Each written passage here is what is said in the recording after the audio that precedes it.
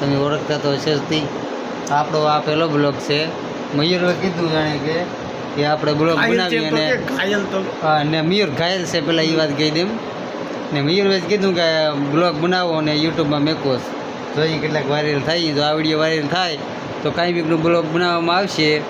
ને તમને જોવા મળશે તો વિડીયોમાં છેલ્લે સુધી રહેજો કેમ કે મયુરભાઈ લેંગો કર્યો છે જાણે કે કહેવાય છે કે હड्डी ફ્રોમ સડ્ડી કેમ કે એ પાછો ઘાયલ છે એટલા માટે એ પહેરે છે પાટલું પહેરે તો બધું ફાંય જાય એટલે મારે ચડ્ડો પહેરવો પડે એવું છે